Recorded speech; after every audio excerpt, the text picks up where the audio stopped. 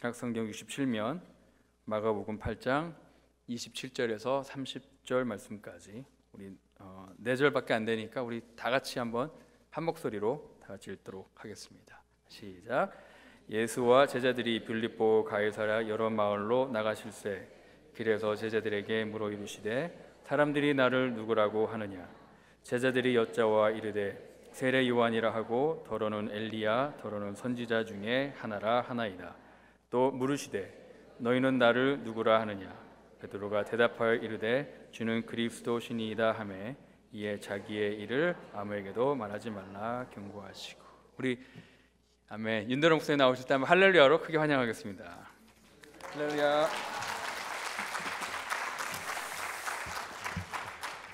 마치 꼭 남의 집에 오는 느낌입니다. 제가 저기 앉아 있는데요. 2부 때도 그렇고 3부 때도 그런데 하나님께서 그냥 제 마음이 그래요. 찬양을 하나 부르고 말씀 듣는 게 어떨까 싶은 생각이 듭니다. 그래서 우리 예배 말씀 끝나고 나서 들을 찬양인데요. 제가 너무나 좋아하는 찬양, 오늘 말씀과 참 잘 맞는 찬양인데 만왕의 대주께서 찬송가 151장입니다. 우리 2절 가사 한 절만 부르겠는데요. 2절의 가사를 보면 주 십자가 못 박힘은 속죄함 아닌가. 그 국률함과 그 큰 은혜 말할 수 없도다. 십자가 내가 처음 볼 때 나의 마음에 큰 고통 사라져. 오늘 믿고서 내는 밝았네. 참 내 기쁨 영원하도다. 우리 한번 기도하는 마음으로 간절한 마음으로 찬양 한번 부르도록 하겠습니다. 주 십자가 못 박힘은 속죄함 아닌가. 그 긍휼함과 그 말할 수 아멘 아멘. 십자가 내가 처음 볼 때에 나의 마음의 큰 고통 사라져. 할렐루야. 오늘 믿고서 내 눈 밝았네. 참 내 기쁨도. 2절 다시 부르겠습니다. 2절이요. 주 십자가 못 박힘은 속죄함 아닌가. 그 긍휼함과 그 은혜 말할 수 없도. 할렐루야. 십자가 내가 처음 볼 때에 나의 마음의 큰 고통 사라져. 아멘 아멘. 오늘 믿고서 내 눈 밝았네. 참 내 길. 십자가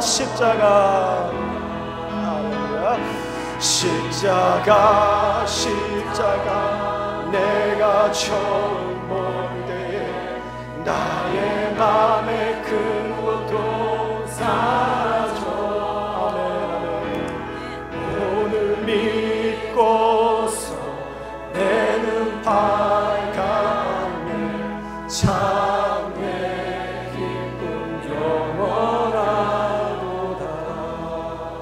다 함께 마음을 모아서 기도하겠습니다. 이 시간에 우리의 마음을 모아서 기도할 때 주님, 오늘 말씀이 우리의 심령의 깊은 곳에 심겨지게 도와주시옵소서. 인생을 살아갈 때요, 예수 그리스도의 십자가를 알아야 돼요. 예수님의 깊은 가치를 깨달아야 됩니다. 이 은혜가 우리가 말씀을 들을 때 성령의 강력한 능력으로 우리의 심령이 변화되고 예수 그리스도를 인격적으로 만나는 놀라운 일이 일어나기를 소원합니다. 이 시간 한번 잠깐 우리가 기도하겠습니다. 10초 동안 기도할 텐데 간절한 마음으로 주님 말씀하여 주옵소서. 듣겠나이다. 간절한 마음으로 10초 동안 기도하도록 하겠습니다. 주여 감사합니다. 하나님 아버지 도와주옵소서. 쓰겠습니다. 살려주옵시고 인도하여 주시옵소서. 할렐루야. 오직 예수 그리스도의 십자가의 능력을. 아멘 아멘 아멘. 주 도와주옵소서. 주여. 살아계신 하나님 아버지, 우리 모두를 주님의 전으로 이끌어 주심을 감사합니다. 이 복음의 은혜와 능력을 저희들이 깨닫게 도와주옵소서. 오늘 말씀을 들을 때 성령께서 말씀하여 주옵시고 우리의 인생과 가치와 심령이 변화되는 놀라운 일들이 일어날 수 있도록 도와주시옵소서. 감사하고 예수님의 이름으로 믿고 기도합나이다. 아멘 아멘. 여러분은요, 한국 위인 중에서 가장 존경하는 인물을 한 사람을 뽑으라고는 누구를 선택하시겠습니까? 이 질문에 1.5세인 저는요, 딱 세 사람이 생각나더라고요. 세종대왕, 김구 선생, 이순신 장군. 그런데요, 한국에서요 많은 위인들이 있지만 아마도 대한민국 시민이라면 이 세 명 중에 이순신 장군을 선택하지 않을까 싶습니다.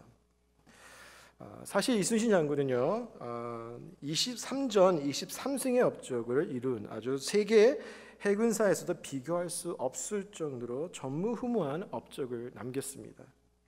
그래서 영국의 해군 제독이었던 G.L. 발라드라는 사람은요 다음과 같은 말을 했습니다. 불과 6주일이라는 짧은 기간에 그는 전 세계 해전 사상 일찍이 그 전례를 찾아볼 수 없는 연전연승의 전공을 세웠다. 넬슨, 브레이크, 장바르라 할지라도 이순신보다 더 많은 일을 할 수 없었다. 이순신의 명성이 그의 조국 이외에는 잘 알려지지 않은 것이 실로 유감 천만한 일이다. 그리고 일본의 영웅인 해군 사령관 도고 헤이하치로는 이렇게 얘기했어요. 나를 넬슨에게 비하하는 것은 가하나 나를 이순신에게 비하하는 것은 가할 수 없다. 이렇게 이순신 장군이 보여준 그의 인품과 리더십, 위기 관리 능력, 헌신과 열정, 탁월한 전력과 전수는요 요즘 리더의 이상적인 역할 모델을 찾는 이들에게 많은 존경과 사랑을 받고 있습니다. 그러지 않아도 몇 해 전에요 한국에서요 이순신 장군의 리더십에 대한 연구가 많이 이루어졌고요. 정말로 많은 분들이 이순신 장군의 리더십을 토대로 책을 출판을 했습니다. 그런데 요 근래에 KBS에서 이순신 장군의 리더십과 업적을 다룬 그 다큐 드라마 임진왜란을 제작하여 5부작으로 방영을 했습니다. 제가 웬만하면 사극은 안 보는데요. 이 드라마는 제가 한번 보았어요.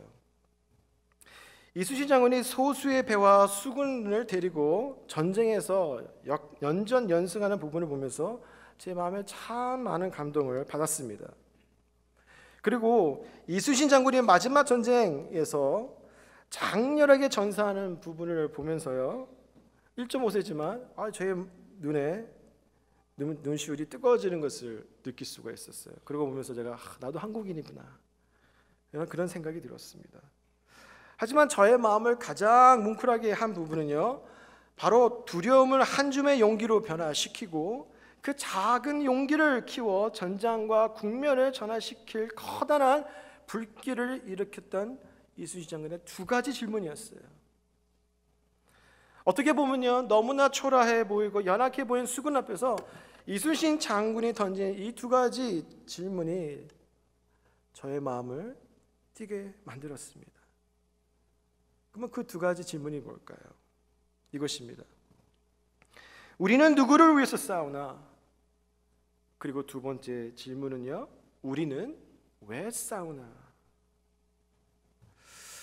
제가 뭔지 모르게 제가 사극을 보면서 은혜를 받는 건 처음이었습니다.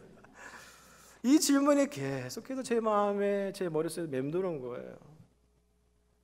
마치 주님께서요 이 질문을 가지고 저한테 이렇게 물으시는 것 같았습니다. 너는 누구를 위해서 예수를 믿느냐? 두 번째 질문은 너는 왜 예수를 믿니? 그리고 세 번째 질문은 예수님께서 말씀하신 것 같습니다. 너는 예수님을 믿음으로 무엇을 얻느냐? 사실 제가요 이 본문을 가지고 설교를 준비를 하는데 너무나 많이 힘들었어요. 그 이유는 너무나 잘 알려진 본문이고 너무나 많은 분들이 설교한 본문이고 여러분도 보시면서 또 식사에게 또 이 본문을 가지고 설교하나 라는 생각이 들 수도 있습니다. 사실 다른 본문을 준비를 했습니다. 그런데 지난 몇 주부터 계속해서 하나님께서 이 말씀을 가지고 증거하라는 제 마음에 강한 음성을 들었기 때문에 다시 우리는 복음으로 돌아가자라는 마음으로 이 말씀을 준비하게 되었습니다. 그래서 오늘 아침에 우리가 세 가지 중요한 질문을 함께 보았으면 합니다. 나는 누구를 위해서 예수를 믿나? 두 번째 질문, 나는 왜 예수를 믿나? 그리고 세 번째 질문, 나는 예수님을 믿음으로 무엇을 얻게 되었나? 첫 번째 질문은 우리는 누구를 위해서 예수를 믿나? 라는 질문입니다. 여러분은 누구를 위해서 예수님을 믿나요? 사랑하는 아내를 위해서 믿나요? 아니면 사랑하는 자녀들을 위해서 믿나요? 다시 말해 여러분은 예수님을 믿는 목적이 무엇인가요? 무엇을 위해서 교회에 나와서 예배를 드리고요, 신앙생활을 하시나요? 수많은 사람들은 예수를 믿는다고 하지만 다른 목적과 다른 동기를 가지고 예수님을 믿습니다. 예수님께서 사시는 그 당시에도요, 수많은 사람들이 주님께 나왔지만 모두 다 다른 목적과 다른 동기를 가지고 나왔어요. 우리가 사복음서를 가만히 읽고 있으면요, 예수님께 나온 무리들을 우리가 보게 되는데 이 무리들은요 보통 세 분류의 무리로 나눌 수가 있습니다. 첫 번째 무리는 군중들이에요. 군중들이 예수님을 따라다닌 가장 첫 번째 목적은 바로 예수님께서 행하시는 이적과 기사를 보기 위해서였습니다. 오락을 즐기만한 것도 없는 시대에 그들의 눈과 귀를 즐겁게 해준 것은 예수님의 이야기였어요. 우리가 잘 알다시피 예수님께서 수많은 기적을 이루십니다. 눈먼 자를 뜨게 하시고요, 걷지 못하는 자가 다시 걷게 되고요, 그리고 예수님께서 전파하시는 말씀이 얼마나 재밌는지 그 이야기 자체가 너무나 재밌는 거예요. 이 말씀을 듣기 위해서 또한 기적을 보기 위해서 수많은 사람들이 예수님 앞에 나왔다는 것입니다. 예수님과의 간접적인 접촉은 있었지만 예수님과의 개인적이며 인격적인 만남은 전혀 없는 사람들이 바로 이 군중들이었어요. 그야말로 이 무리들은 그저 구경꾼으로만 바라보는 한 사람에 불과했다는 것입니다. 예수님에는 관심이 없었고요, 그냥 기적과 이적에만 관심이 있던 사람들이 바로 군중들이었어요. 그리고 군중들이 예수님을 따르는 또 다른 이유가 있었습니다. 그것은 예수님이 그들의 필요를 충족시켜 주셨기 때문에 그렇습니다. 우리 마가복음 8장 1절에 보면요, 놀라운 기적이 하나 나옵니다. 그것은 오병이어의 기적이에요. 땅에 땅 5조각과 물고기 2마리로 본문에서는 5,000명이라고 얘기할 수 있지만 우리가 남자와 여자를 다 계산하게 되면 거의 10,000명이 넘는 수없이 많은 사람들을 배불리 먹이시는 놀라운 기적을 행하십니다. 그런데 놀라운 사실은요, 거기에 무리했던 수많은 사람들이 예수님께서 주신 이 빵과 이 고기를 먹고요, 다들 모여서 의견을 냈는데 그 의견이 뭐냐? 이 예수님을 우리의 왕으로 만들자는 것입니다. 우리에게 먹고 마시는 문제를 해결해 줄 수 있는 사람을 우리는 대통령으로 뽑기를 원해요. 왜냐하면 그것은 굉장히 중요한 문제이기 때문에 그렇습니다. 그 당시에도 마찬가지였어요. 예수님 앞에 나오고 예수님을 따르는 자들은 그들에게 먹을 것을 주시고 인생의 가장 기본적인 문제를 해결해 주시는 예수님을 그들의 왕으로 만들기를 원했다는 것입니다. 이들이 바로 군중들이에요. 자기들의 필요를 충족시키기 위해서 그 목적을 달성하기 위해서 예수님을 따라다녔다는 것이죠. 두 번째 종류의 무리들은 바로 따르는 자들입니다. 예수님을 따르는 자들 중에서 앞에서 내세우지 않고 조용히 아주 적당한 거리를 두면서 따르는 사람들인데 저는 그런 사람들을 따르는 자들이라 부르고 싶어요. 어떻게 보면 이들은요 굉장히 계산적인 사람입니다. 하지만 용기가 부족한 사람들이에요. 예수님을 따르는 것이 그들에게 도움이 될지 안 될지 먼저 계산을 하고 따져보고 결정하는 무리들이었다는 것입니다. 그 대표적인 인물이 바로 누구냐? 니고데모예요. 요한복음 3장에 보면 한 바리새인이며 유대인 지도자인 니고데모가 나옵니다. 아마 이 니고데모는 남달랐던 사람인 것 같아요. 진리에 대해서 목마름이 있었던 사람입니다. 그런데 이 니고데모가 예수님에 대한 소식을 듣게 돼요. 예수님께서 수많은 이적을 행하시고 기적을 행하시며 또한 예수님께서 말씀하실 때 그 말씀에 권위가 있다는 이 소식을 듣고 예수님이 모이고 예수님이 가르친 곳에 갔던 것 같습니다. 갔더니 소문과 같이는 예수님의 말씀에 권위가 있었어요. 그런데 예수님 앞에 나가서 직접적으로 얘기를 하고 싶었지만 바리새인이 있기 때문에 사회로부터 완전히 외면당할 것 같아서 보이지 않고 조용한 그 시간을 택하여 예수님 앞에 나옵니다. 진리에는 목마름이 있었어요. 관심이 있었습니다. 그렇지만 결단이 없었어요. 용기가 부족했습니다. 그저 예수님을 진리로 깨닫게 하는 하나의 선생으로만 바라보았다는 거예요. 그와 반면에 마지막 분류의 무리들은 바로 제자들입니다. 제자들은 예수님을 가까이 보고 경험했던 무리들이에요. 3년 동안 예수님과 함께 먹고 함께 자고 함께 비전을 품고 함께 생활하였습니다. 그야말로 24시간 동안 예수님을 직접 피부로 경험했던 사람들이 바로 이 제자들이에요. 모든 제자들이요, 자기 스스로 예수님을 따른다고 생각했지만 제자들은요, 예수님이 부른 사람들이에요. 제가 보니까요, 예수님께서 가룟 유다만 빼놓고는 나머지 제자들은 다 직접적으로 부르신 것 같아요. 그렇기 때문에 제자의 자리는 영광스러운 자리입니다. 그런데 이 제자들이 예수님을 쫓는 가장 큰 목적은 예수님의 가치를 발견했기 때문에 그래요. 예수님의 가치가 무엇인가요? 제자들은 그들이 꿈꾸던 하나님의 나라가 무력과 전쟁으로 이루어지는 것이 아니라 하나님의 아들이신 예수 그리스도께서 십자가에 달려 돌아가심으로 하나님의 나라가 이 땅에 세워진다는 것을 깨닫게 됩니다. 더 나아가 예수님을 믿으면 누구든지 하나님의 나라에 들어갈 수 있음을 알게 돼요. 그리고 이 일을 위해서 예수님께서 제자를 부르시고 3년 동안 훈련시키시고 그리고 나중에는 제자를 파송하십니다. 제자들이 이 사실을 깨닫게 되자 예수님의 가치를 발견하게 돼요. 예수님의 가치를 발견하게 되면요, 우리의 인생의 방향과 목적이 완전히 달라집니다. 자, 그러면요, 우리는 아주 중요한 질문 하나를 던지게 됩니다. 그것은 우리가 예수님을 따르는 목적을 보았다면 그러면 우리는 왜 예수님을 믿어야 할까요? 왜 예수님을 우리가 믿어야 할까요? 이것이 바로 우리의 두 번째 질문이에요. 제자들은 하나님의 나라를 확장시키기 위해서 그들의 전 생애를 예수님께 드린 사람들이에요. 그리고 주님께서 그들에게 맡기신 사명, 땅끝까지 이르러 제자라 삼으라는 이 사명을요, 죽기까지 순종합니다.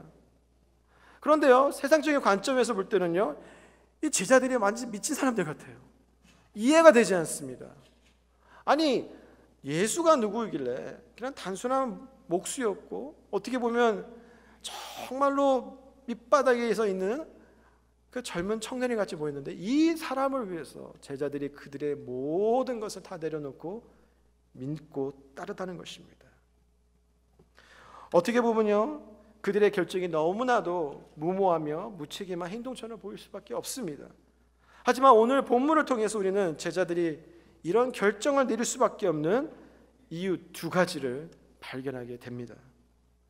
첫 번째로는요, 바로 예수님만이 우리의 유일한 구원자이시기 때문입니다.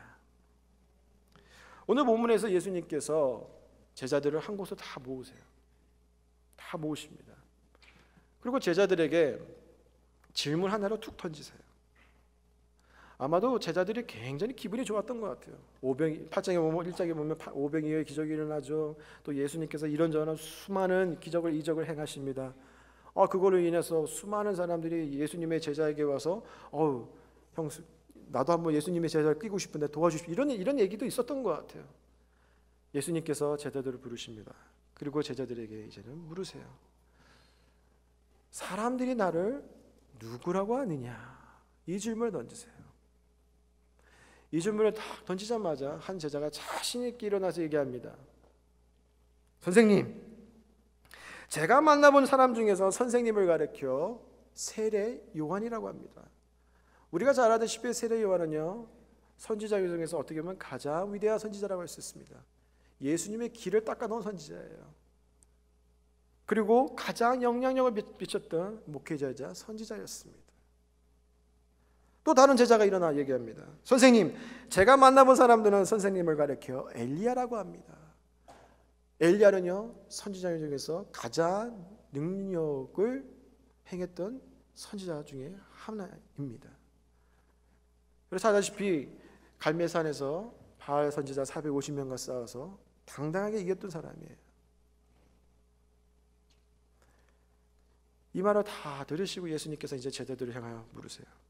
그러면 너희들은 나를 누구라 믿느냐? 이 질문을 받자마자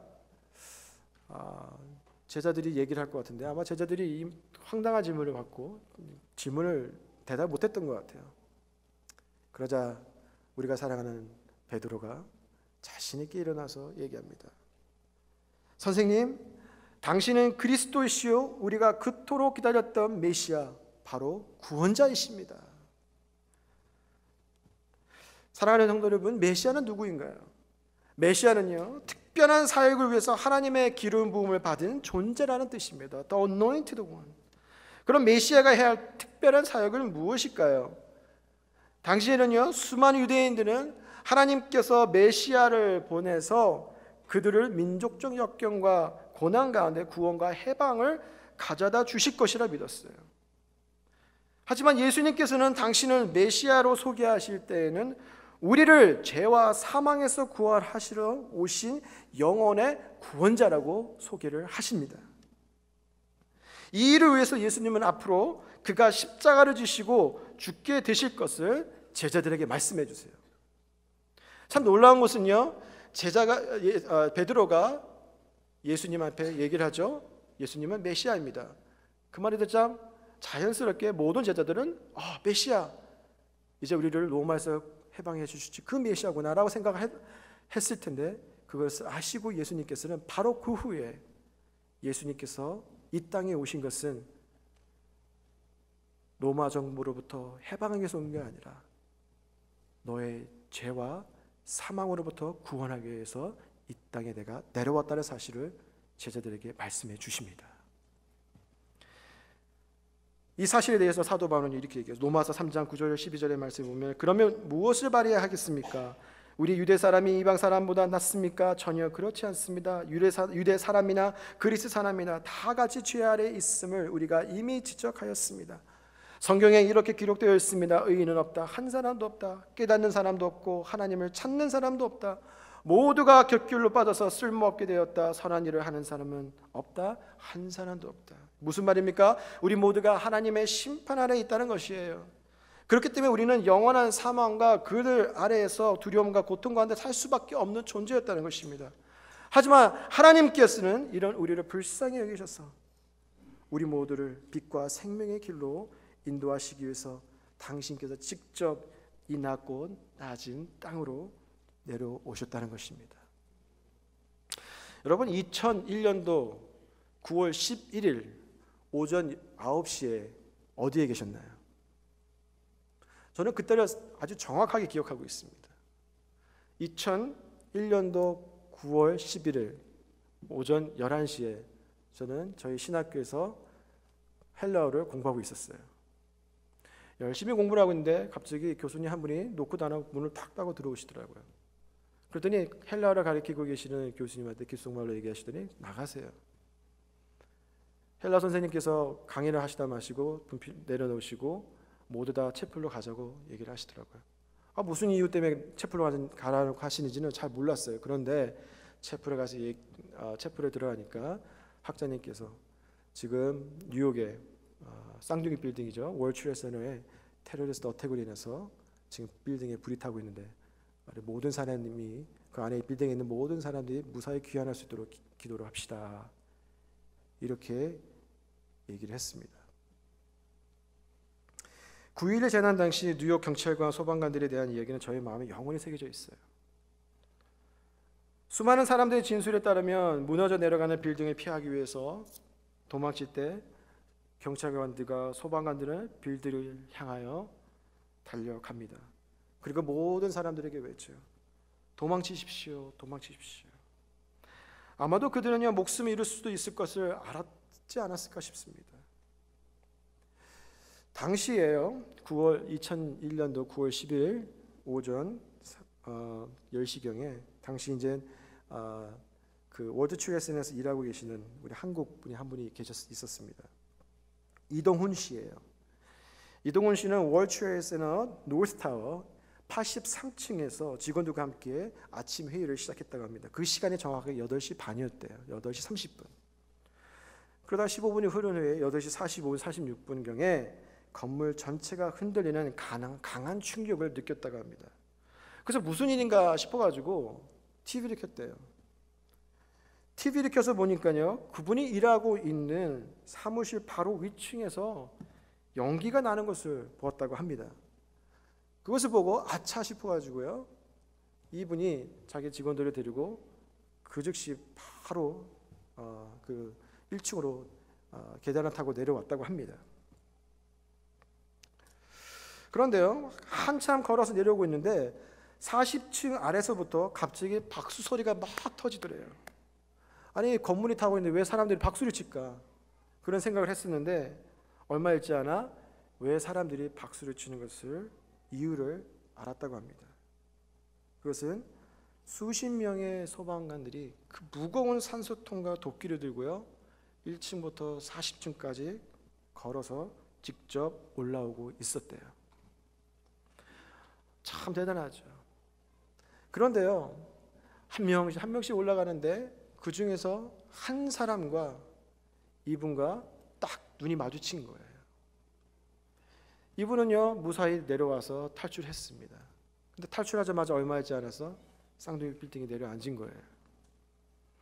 나중에 이분이 인터뷰 통해서 이런 얘기를 하더라고요. 죽으러 올라가는 그때 소방관의 눈빛을 잊을 수가 없습니다. 소방관의 눈빛을 잊을 수가 없습니다. 3개월 동안은요 잠을 못 잤대요.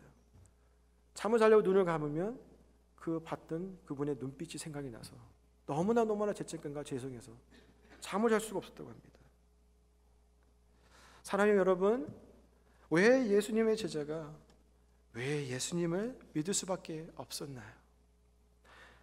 그 이유는 제자들은 예수님의 눈에서 그들을 위해서 죽음의 길로 묵묵히 걸어가시는 사랑의 눈빛을 보았다는 것입니다.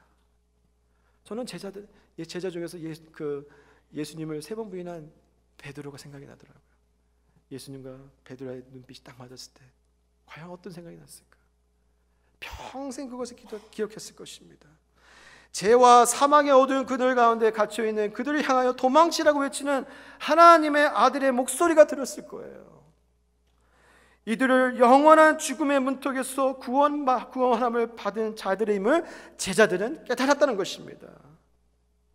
사랑하는 여러분, 죽음의 문턱을 경험한 사람은요 삶의 가치와 태도가 바뀔 수밖에 없어요.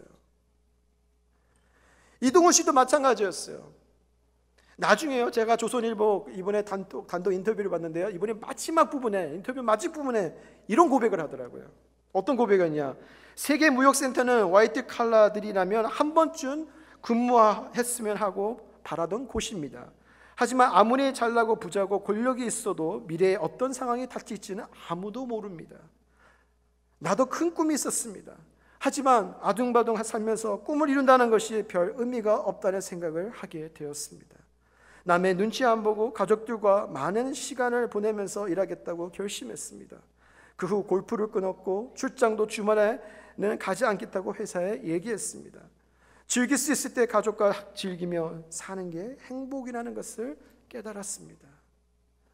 여러분, 제자들이요 그들이 가지고 있는 모든 것을 내려놓고 따를 수 있는 이유는요 아둥바둥 살면서 그들의 꿈을 이루며 사는 것이 별 의미가 없다는 것을 깨달았기 때문에 그래요. 아니, 예수님의 가치를 알고 나니까요, 이보다 더 귀한 것은 이 세상에 없다라는 사실을 깨달았다는 것입니다.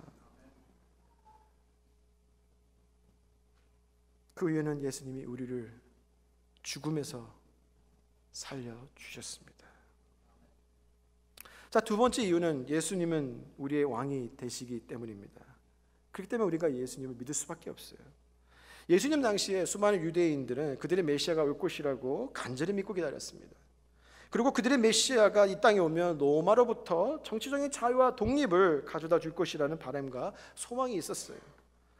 어떤 이들은요, 그들이 그토록 염원했고 기다렸던 메시아가 이제는 옛날 다윗이 이루겠던 영광을 다시 회복시켜 줄 거라 믿었습니다. 이런 분위기 속에서 예수님께서 이 땅에 오셨어요. 그런데 놀라운 사실은요, 마가복음을 저술한 마가는 그의 복음서를 통해서 놀라운 선포를 하십니다. 그게 뭐냐? 예수님만이 진정한 왕이라는 거예요. 예수님만이 진정한 왕이다. 그냥 A킹이 아니라 마가복음 전체를 통해서 예수님은 Jesus is the King이라고 얘기를 했어요. 마가복음 1장 1절에 이렇게 나와 있습니다. 하나님의 아들 예수 그리스도의 복음의 시작이다. The beginning of the gospel about Jesus Christ, the Son of God. 여기서 복음은 헬라어로 유앙겔리온이라는 뜻이에요. 근데 이 유앙겔리온 이 단어는요, 누구나 아무 때나 사용할 수 있는 단어가 아니에요. 언제 사용하냐? 이 유앙겔리온이라는 단어는 왕이 전쟁에서 승리할 때, 왕의 아들 황태자의 탄생 소식을 전할 때, 혹은 왕의 자녀들이 결혼식을 할 때 국가적으로 좋은 소식을 선포할 때만 이 단어를 썼다고 합니다. 그렇기 때문에 마가복음이 처음 그의 책을 쓸 때 하나님의 아들 예수 그리스도의 복음의 시작이다. 이 복음의 시작은 누구를 의미하냐? 예수 그리스도는 진정한 왕이라는 것입니다. 그런데요, 마가복음 16장 전체를 볼 때 1장부터 8장은 예수 그리스도는 진정한 왕이심을 선포하고 있는데 9장부터 시작하여 16장은 그토록 유대인들이 바랬던 왕이 아닌 앞으로 십자가를 지시고 인류를 위해서 죽으실 왕으로서의 모습을 보여주고 있다는 것입니다. 이건 너무나 중요해요. 그때 마가는 무엇을 얘기하고 있는 것입니까? 마가는요, 예수님께서는 이 땅에 오신 가장 큰 이유는 이스라엘의 정치적 해방으로 오신 것이 아니라 온 인류를 죄와 사망으로부터 구원하시기 위해서 오신 왕이라는 것입니다. 다시 말해 예수님은 십자가의 죽음과 부활 사건을 통해서 죽음을 정복하셨습니다. 아멘이십니까? 인간의 힘으로는 절대 정복할 수 없는 것이 죽음이에요. 세상에 그 어떤 왕도요, 이 죽음을 정복하지는 못했다는 것입니다. 근데 마가는 선포하고 있어요. 왕 중에 왕이시며 진정한 예수 그리스도께서는 왕이신데 이 예수께서 죽음을 이기시고 정복하신 분이시라는 것입니다. 그렇기 때문에 우리는요, 예수 그리스도를 우리의 왕으로 모시게 되면 죽음도 두려워할 필요가 없다는 거예요. 그 이유는 죽음을 이기시고 정복하신 분이 바로 예수 그리스도이시기 때문입니다. 그렇기 때문에 우리는 예수님을 믿을 수밖에 없어요. 자, 마지막으로 세 번째 질문을 우리가 한번 보겠습니다. 그러므로 예수님을 믿음으로써 우리는 무엇을 얻게 되나요? 오늘날 현대인의 가장 큰 특징은요, 모든 일에 있어서 실리적으로 생각한다는 점입니다. 우리에게 유익이 되면요 하고요, 유익이 되지 않으면 절대로 안 해요. 합리적입니다. 손해보는 일은 절대로 하려고 하지 않아요. 그렇다 보니 예수님을 믿는 것도 합리적으로 믿습니다. 사실 세상의 원리 법칙에 따르면요, 살기 위해서 이익을 창출하지 못하는 회사나 사업은 무한 경제 사회에서 살아남을 수가 없어요. 그렇기 때문에 살아남기 위해서는 반드시 남을 밟고 올라가야 돼요. 경쟁에서 이겨야 합니다. 그런데요, 오늘 본문 8장 34절에서 34절의 말씀을 보시면 예수님은 제자들에게 새로운 법칙 그리고 새로운 질서를 소개해 주고 계세요. 그것이 뭐냐? 누구든지 예수를 위해서 죽고자 하면 구원을 얻게 된다는 것입니다. 36절의 말씀은 사람이 만일 온 천을 얻고도 자기 목숨을 잃으면 무엇이 유익하리요? 맞는 말씀입니다.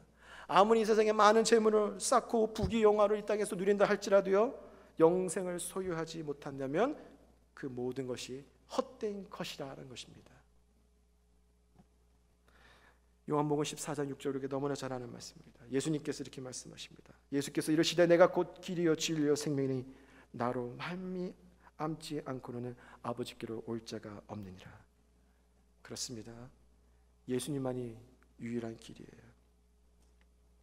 그러므로 우리가 예수님을 믿으면 우리에게 영생을 주시겠다고 약속하셨습니다. 자, 두 번째는요, 우리가 예수님을 믿게 되면 얻게 되는 두 번째는 바로 은혜입니다. 19세기에 영국은 세계 최고의 해군을 자랑했습니다. 그래서 영국은요, 막강한 해군을 앞세워서 세계 지도의 3분의 1의 땅을 해당하는 영토를 확장했고요, 점령하였습니다.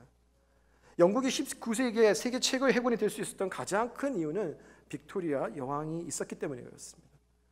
빅토리아 여왕은요, 세계 최강의 해군을 만들기 위해서는 세계에서 최고로 배를 잘 만든 사람을 찾았습니다.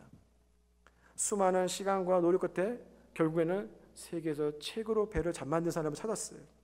그래서 이 빅토리아 여왕이 로열 인비테이션을 보냅니다. 이보다 당신은 나를 위해서 이 배를 만들어 주십시오. 이 로열 인비테이션을 받았는데 이 사람이 단칼에 거절해요. 내가 여왕을 위해서 일하는 건 좋은데 내가 여왕을 위해서 일을 하게 되면 그러면 내 가족은 굶어 죽습니다. 이 말을 듣고 나서 빅토리아 여왕이 아주 유명한 말을 남기게 됩니다. 그 말이 뭐냐? If you mind my business, then I will mind your business. 당신이 네 일을 해주면 내가 당신의 일을 해주겠소. 사랑하는 성도 여러분, 은혜가 뭘까요? 은혜라는 것은요, 다른 게 없더라고요. 하나님이 우리의 인생을 책임져 주시는 것입니다. 간단하더라고요. 여러분의 인생 여러분이 책임 못 지세요. 건강 언젠가는 약해집니다. 여러분이 그토록 믿는 자녀들 언젠가는 우리의 곁을 떠나요. 우리가 믿을 수 있는 분은 단 하나님, 우리의 왕이 되신 예수 그리스도밖에 없습니다. 우리가 하나님의 나라를 위해서 섬기면요, 하나님은 여러분의 인생을 책임져 주시겠다는 것입니다. 이 백지수표를 우리가 가지고 있어요.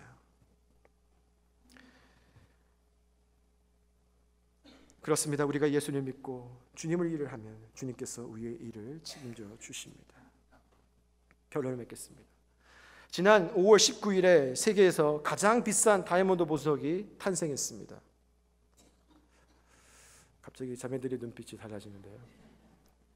스위스 제네바에서 열린 크리스틴 경매에서요, 14.62캐럿 다이아몬드가 5,680만 스위스 프랑크에 낙찰되었다고 합니다. 감이 잘 안 오시죠? 그래서 여러분들을 위해서 제가 이것을 우리나라 돈으로 환산했습니다. 봤더니 685억 원이에요. 제가 살면서 이렇게 큰 돈을 만져보지 못했기 때문에 얼마나 많은 돈인지 모릅니다. 하지만 여러분에게 이 다이아몬드가 여러분에게 있다고 생각해 보세요. 얼마나 행복하시겠어요? 얼마나 기쁘시겠어요? 얼마나 담대하시겠어요? 아무리 여러분의 창고 잔고가 마이너스 100가 나오더라도요, 100% 나와도 전혀 동감이 없을 거예요. 왜냐? 여러분에는 보석이 있기 때문에 그렇습니다. 이렇듯이 우리에도요, 기쁨과 이 세상에 살아갈 때 담대함을 얻을 수 있는 것은 유일한 길은 바로 예수 그리스도의 가치를 깨닫는 것입니다. 예수님의 가치를 아는 자는 이 세상에서 절대로 낙심하지 않아요. 예수님의 가치를 아는 사람은 절대로 두려워하지 않습니다. 오히려 우리를 낙심하고 좌절 만드는 모든 문제 앞에서 담대해질 수가 있다는 것입니다. 마음의 평온을 경험할 수 있게 될 것입니다. 그 이유는 예수님이 여러분의 왕이 되시게 그렇습니다. 그렇기 때문에 우리는 우리의 최고봉이 되신 예수 그리스도를 붙잡아야 돼요. 주님을 만나야 합니다. 그래야지만 이 시대에 우리들의 마음을 빼앗기지 아니하고 살아갈 수가 있습니다. 여러분과 세 가지 질문을 오늘 나눴어요. 여러분은 누구를 위해서 예수님을 믿습니까? 여러분은 왜 예수님을 믿나요? 여러분은 예수님을 통해서 무엇을 얻었습니까? 제가 결론은 설교 준비를 하고 딱 내린 결론은 하나이더라고요. 그것은 우리의 최고의 가치가 되시는 예수 그리스도를 우리가 소유하는 것입니다. 우리 모두가 이런 은혜를 누릴 수 있기를 주님의 이름으로 축원드립니다. 함께 기도하겠습니다. 우리가 기도하고 이제 찬양을 부를 텐데요. 너무나 잘 알고 있는 복음이고 너무나 잘 알고 있는 말씀입니다. 그럼에도 불구하고 하나님께서는 우리에게 물으세요. 너는 누구 때문에 나를 믿니? 너는 누구 때문에 나를 따르느냐? 또 우리에게 묻습니다. 너는 왜 나를 따르니? 너는 왜 나를 믿느냐? 사랑하는 성도 여러분, 우리가 신앙생활 제대로 해야 됩니다. 목숨을 다해서 예수님을 섬겨야 돼요. 시간이 없어요. 인생 금방 지나갑니다. 우리 주님께서 우리를 위해서 자발적으로 죽을 것을 아시고도 십자가의 길을 묵묵히 걸어가셨어요. 누구를 위해서입니까? 여러분과 나를 위해서 그래요. 저를 위해서 그렇습니다. 이 위대한 사실과 진리를 우리가 이해한다면 우리가 어찌하여 우리 인생을 전부 다 주님께 드리지 않겠습니까? 특별한 사람들만 하는 것입니까? 아니에요. 예수님을 믿고 살아가는 모든 사람 예수님의 제자라고 했습니다. 우리가 예수님의 제자라고 생각한다면 우리의 인생 전부를 주님께 드려도 손해가 아니라는 것입니다. 그만큼 예수님은 그 어떤 것보다도 가치가 있기 때문에 그렇습니다. 여러분이 이 놀라운 예수 그리스도의 은혜를 소유하고 계시나요? 우리의 마음에 한번 기도했으면 좋겠어요. 주님, 제가 이 시간에 이 주님을 내 마음에 모시고 살아가게 하여 주시옵소서.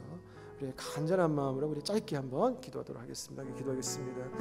살아계시는 주님 감사합니다. 주님 도와주시옵소서. 우리에게 마음에 있는 모든 것들을 주님께서 주시옵시고 생명이 되시는 예수 그리스도의 십자가의 감격과 은혜가